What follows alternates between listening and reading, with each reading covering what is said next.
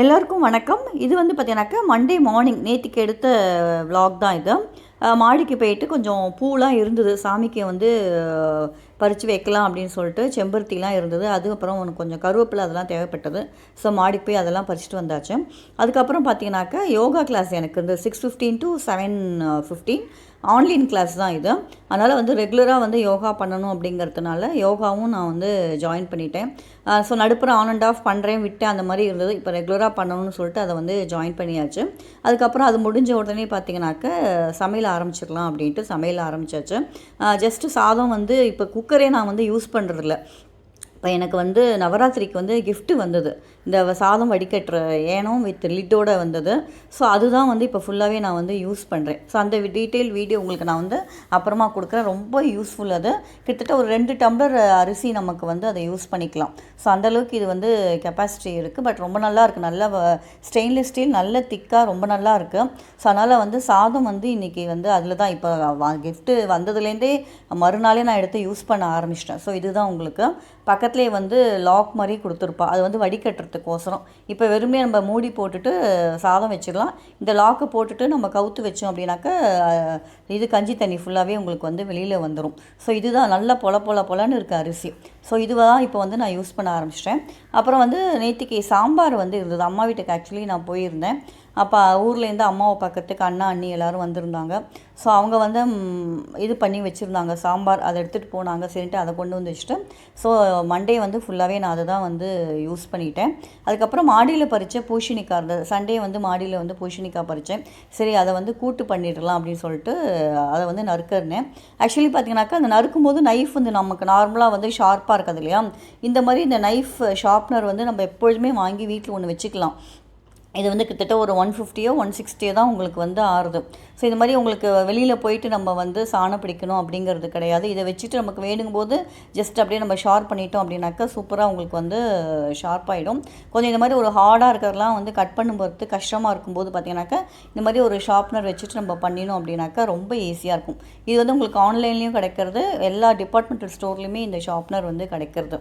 So அதுதான் இன்றைக்கி வந்து பார்த்தீங்கன்னாக்கா பூசணிக்காய் கூட்டு தான்.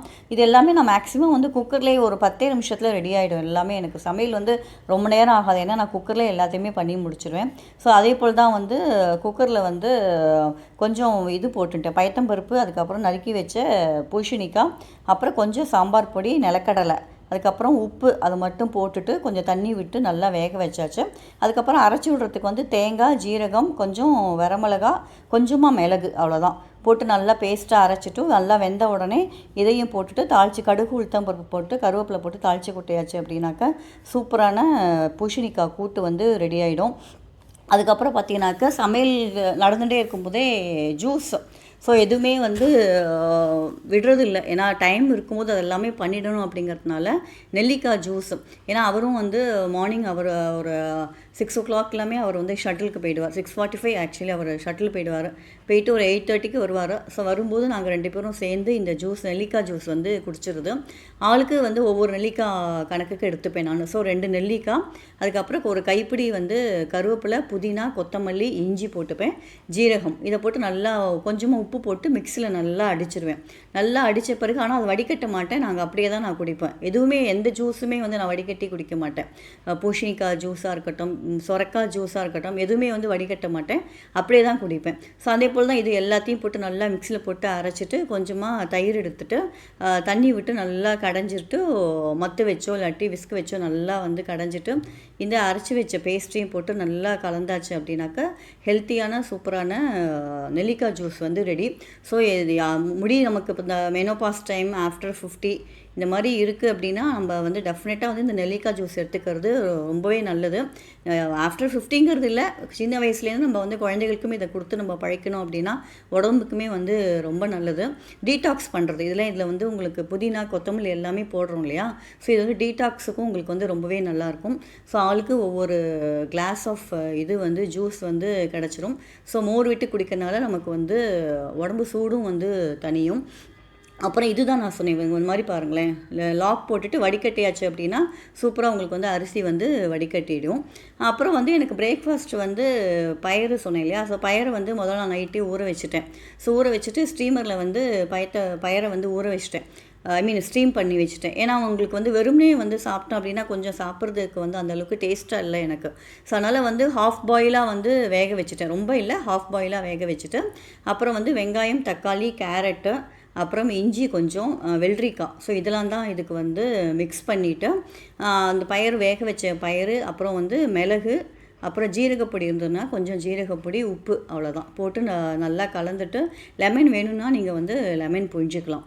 போட்டுட்டு கொத்தமல்லி நம்ம மேலே தூவி விட்டுட்டு அதை சாப்பிட்டோம் அப்படின்னா அட்டகாசமான பிரேக்ஃபாஸ்ட் வந்து ரெடி. இதில் வந்து உங்களுக்கு ஃபைபரும் இருக்குது, பயிறு வந்து ப்ரோட்டீன், ஸோ ப்ரோட்டீனும் ஜாஸ்தியாக இருக்குது.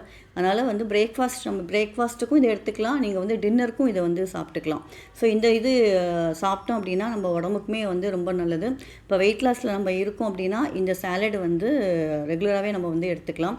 ஸோ அது முடிஞ்சிட்டு பார்த்தீங்கன்னாக்க ஜிம்முக்கு போயாச்சு. ஒரு 10 மணி, 10லேருந்து 10:15க்கு சமையல் எல்லா வேலையும் முடிச்சுட்டு ஜிம் போயாச்சு. ஸோ ஜிம்மில் வந்து கிட்டத்தட்ட ஒரு 2 மணி நேரம் ஒர்க் அவுட். யூஸ்வலாக என்னோடய டைமிங் வந்து அதுதான், ஒரு 2 மணி நேரம் ஒர்க் அவுட் இருக்கும். ஸோ ஜிம் போயிட்டு வந்துட்டு குளிச்சுட்டு அப்புறம் லஞ்ச் வந்து இன்றைக்கி வந்து கூட்டு இருந்தது இல்லையா, கூட்டு கொஞ்சம் காய்கறிகள்லாம் நறுக்கி வச்சுட்டு போயிருந்தேன். வெள்ளரிக்காய், அப்புறம் கேரட் அதெல்லாமே வந்து கட் பண்ணி வச்சுட்டு போயிருந்தேன். ஸோ கொஞ்சமாக ரைஸு, கூட்டு, அப்புறம் வந்து கட் பண்ணி வச்ச காய், இது எல்லாத்தையும் சாப்பிட்டுட்டு கொஞ்சம் மோர் வந்து குடிச்சிட்டோம். என்னோடய லஞ்ச் வந்து இதோட முடிஞ்சு போச்சு.